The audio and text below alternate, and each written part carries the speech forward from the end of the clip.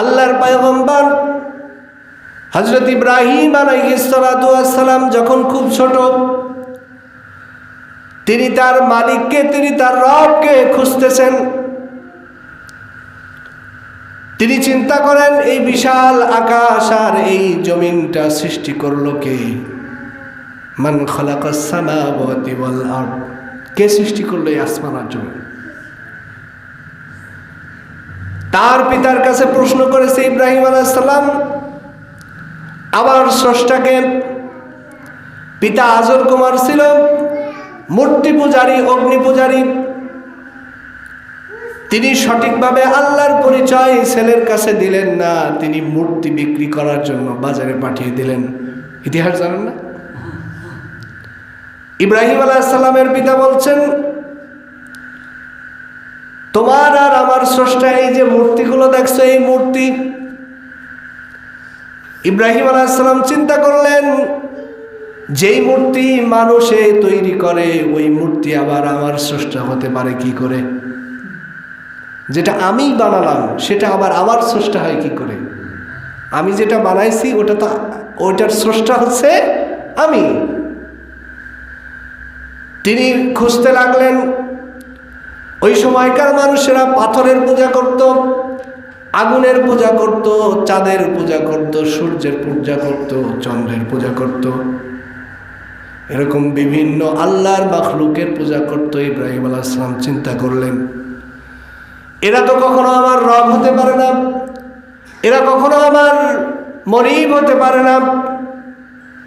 আমার প্রকৃত মনিবকে, আমার স্রষ্টাকে খুঁজতে লাগলেন। হঠাৎ করে একদিন রাতের বেলা আসমানের দিকে তাকিয়ে আছেন ইব্রাহিম আলাইহিস সালাম। কেন তাকিয়ে আছেন? স্রষ্টাকে খুঁজছেন, আল্লাহকে খুঁজছেন। আসমানের দিকে তাকিয়ে আছেন ইব্রাহিম আলাইহিস সালাম। দেখেন, ফালাম্মা জান্না আলাইহিল লাইলু রাআ কাওকাবান ক্বালা হাযা রাব্বি। ইব্রাহিম আলাইহিস সালাম দেখেন যে আকাশে রাতের বেলায় তারা ওঠে না? তারা উঠেছে আকাশে, মিটমিট করে তারা চলছে। ইব্রাহিম আলাইহিস সালাম বললেন, হাদা রব্বি, এই তো আমার রবকে পেয়ে গেছি। তিনি তো খুঁজতেছেন। কি করছেন? আল্লাহকে কি করছেন বলেন? খুঁজতেছেন। আসমানের তারকা দেখে বললেন, হাদা রব্বি, এই তো আমার প্রতিপালক। ফালাম্মা আফালা, যেই অমনি তারাগুলো ডুবে গেছে, ক্বালা লাম ইয়াহদিনি রব্বি, তারকাগুলো ডুবে যাওয়ার সঙ্গে সঙ্গে তিনি বলছেন, এই ডুবে যাওয়া তারকা কখনো আমার রব হতে পারে না। ঠিক কিনা? যার শেষ হয়ে যায় সে কখনো রব হতে। এরপরে আবার তিনি দেখলেন, ফালাম্মা রাআল কমারা বাজিগান, এই তারকাগুলোর মাঝে দেখেন সবচেয়ে বড় একটা জিনিস দেখা যায়, সেটার নাম কি? তারকাগুলোর মধ্যে বড় কি? চাঁদ। ফালাম্মা রাআল কমারা, তিনি যখন চাঁদ দেখলেন, ক্বালা হাযা রাব্বি, তিনি বলছেন, এই তো আমার রব পেয়ে গেছি। তারাগুলো ছোট ছোট আর চাঁদটা বড়। তিনি বলছেন, হাযা রাব্বি, এই তো আমার প্রতিপালক, এই তো আমার স্রষ্টা। ফালাম্মা আফালাত, আবার যখন দেখলেন চাঁদও ডুবে যায়, ক্বালা লাইন লাম ইয়াহদিনি রব্বি, তিনি বললেন, আমার রব যদি আমাদেরকে হেদায়েত না দেয়, আমার প্রতিপালক যদি আমাকে হেদায়েত না দেয়, লাকুনান্না মিনাল কওমিদ দাল্লিন, তাহলে আমি পথভ্রষ্টদের অন্তর্ভুক্ত হয়ে যাব। ঠিক কিনা? হেদায়েতের মালিক কে? হেদায়েতের মালিক আল্লাহ। আমরা কি চাইলেই কাউকে হেদায়েত দিতে পারি? আমরা তো দূরের কথা, বিশ্বনবী জনাবে মুহাম্মদুর রাসূলুল্লাহ সাল্লাল্লাহু আলাইহি ওয়াসাল্লাম নিজে চেয়েও অনেকের হেদায়েত দিতে, তার আপন চাচাকে হেদায়েত দিতে পারছিলেন? কালিমা পড়ছিলেন? বলেন, পড়ছিলেন? কারণ কি? কারণ আল্লাহ রাব্বুল আলামিন বলেন, হে নবী শুনেন, ইন্নাকা লা তাহদি মান আহবাবতা ওয়ালা ইন্নাল্লাহা ইয়াহদি মান ইয়াশা। হে নবী, ইন্নাকা লা তাহদি, আপনি হেদায়েত দিতে পারবেন না। মান আহবাবতা, আপনি যাকে ভালোবাসেন, আপনি যাকে পছন্দ করেন, আপনি চাইলেই তাকে হেদায়েত দিতে পারবেন না। ওয়ালাকিন্নাল্লাহা ইয়াহদি মান ইয়াশা, বরং আল্লাহ রাব্বুল আলামিন যাকে চান তাকেই হেদায়েত দিবেন। বলেন সুবহানাল্লাহ। হেদায়েত আল্লাহ যাকে চাইবেন, আল্লাহ যার হেদায়েতের জন্য সিলেক্ট করবেন, সেই কেবল হেদায়েত পাবে, ঠিক কিনা? এই জন্য ইব্রাহিম আলাইহিস সালাম বলছেন, আমার আল্লাহ রাব্বুল আলামিন, আমার প্রতিপালক আমাকে যদি হেদায়েত না দেন, আমি হেদায়েত পাবো না। তিনি আবার খুঁজতে লাগলেন। রাতের অন্ধকার পার হয়ে যখন দিনের বেলা সূর্য উঠলেন, আল্লাহ রাব্বুল আলামিন বলেন, ফালাম্মা রাআশ শামসা বাযিগাতান ক্বালা হাযা রাব্বি হাযা আকবার। এবার দিনের বেলা আসমানে পূর্ব দিগন্তে অনেক বড় একটা সূর্য উঠেছে। ফালাম্মা রাআশ শামসা, তিনি যখন এই সূর্যকে দেখলেন, ক্বালা হাযা রাব্বি, তিনি বললেন, এই তো পেয়ে গেছি, হাযা আকবার, এই যে সবচেয়ে বড়, এটাই হলো আমার রব, এটাই আমার প্রতিপালক। চাঁদের চেয়ে সূর্য বড় না? ইব্রাহিম আলাইহিস সালাম সূর্য দেখে বলছেন, এটা আমার রব, এটা আমার প্রতিপালক।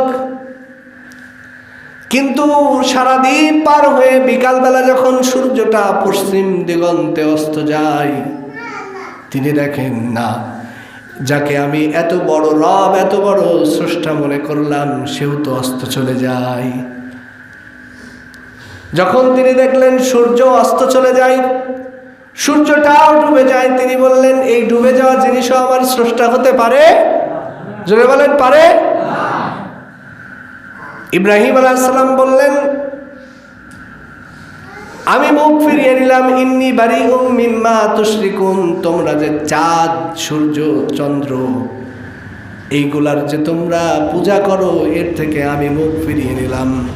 ইন্নী ওয়াজ্জাহতু ওয়াজহিয়া লিল্লাযী ফাতারাস সামাওয়াতি ওয়াল আরদা হানিফাও ওয়া মা আনা মিনাল মুশরিকিন। বলেন সুবহানাল্লাহ। ইন্নী ওয়াজ্জাহতু, আমি আমার মুখমণ্ডলকে ঘুরিয়ে দিলাম, ওয়াজহিয়া লিল্লাযী ফাতারাস সামাওয়াতি ওয়াল আরদ, এই আসমান আর জমিনের স্রষ্টা যিনি, এই আসমান আর জমিনের স্রষ্টার দিকে আমি মুখ ঘুরিয়ে নিলাম। বলেন সুবহানাল্লাহ। ওয়া আনা মিনাল মুশরিকিন, আর আমি তোমাদের মতো মুশরিক নই, আমি তোমাদের মতো আল্লাহর সাথে অংশীদার স্থাপনকারী নই। সুবহানাল্লাহ। এরপরে আল্লাহ রাব্বুল আলামিন তাকে হেদায়েতের রাস্তা দেখায় দিলেন। তিনি বুঝতে পারলেন যে না, চাঁদ স্রষ্টা হতে পারে না, চন্দ্র, আকাশের তারকা স্রষ্টা হতে পারে না, চাঁদ, সূর্য কোনো কিছুই স্রষ্টা হতে পারে না, বরং এই বিশাল আসমান আর জমিনকে যিনি সৃষ্টি করেছেন, তিনি এর বাইরে কোথাও অবস্থান করছেন, তিনি সব কিছুর স্রষ্টা। কথা বলেন ঠিক কিনা? সে আল্লাহ রাব্বুল আলামিনের নির্দেশ, ইকরাউ বিসমি রাব্বিকাল্লাযী খালাক খালাকাল ইনসানা মিন আলাক। আল্লাহ রাব্বুল আলামিন বলেন, ও আমার বান্দারা, পড়ো তোমার প্রভুর নামে, যিনি তোমাকে সৃষ্টি করেছেন। এই আয়াত দ্বারা বোঝা যায় আল্লাহ রাব্বুল আলামিন জ্ঞান অর্জনের প্রতি উৎসাহ দিয়েছেন, ঠিক কিনা? জ্ঞান অর্জন করা প্রত্যেকটা মুসলমানের উপর ফরজ দায়িত্ব। প্রতিটা মুসলমানের উপর অপরিহার্য দায়িত্ব, সে দ্বীনের ব্যাপারে জ্ঞান অর্জন করবে। যেই ব্যক্তি নামাজের ফরজ এবং ওয়াজিবগুলো জানে না, নামাজ কেমনে আদায় করতে হয় জানে না, সেই ব্যক্তি একটা ফরজ ইবাদতকে অবহেলা করছে, ঠিক কিনা? যেই ব্যক্তি রমজানের রোজা কেমনে রাখতে হয়, কি কাজ করলে রোজা ভঙ্গ হবে, কি কাজ করলে রোজা ফাসেদ হয়ে যাবে, এই জ্ঞান যার নাই সেও ফরজ থেকে বঞ্চিত। বিবাহের উপযুক্ত কোনো যুবক ছেলে যদি বিবাহ সম্বন্ধে কোনো মাসালা না জানে তাহলে সেও ফরজ থেকে গাফেল। আমার আপনার জীবনের প্রতিটা ক্ষেত্রে যেই প্রয়োজনীয় জিনিসগুলো আছে, আমার আপনার জীবনের প্রতিটা ক্ষেত্রে যেই দরকারি জ্ঞানগুলো আছে, দিনের এই জ্ঞানগুলো অর্জন করা আমার আপনার উপর কি বলেন, কি দায়িত্ব না ফরজ? কি দায়িত্ব? ফরজ দায়িত্ব, শুধু দায়িত্ব না, অপরিহার্য দায়িত্ব।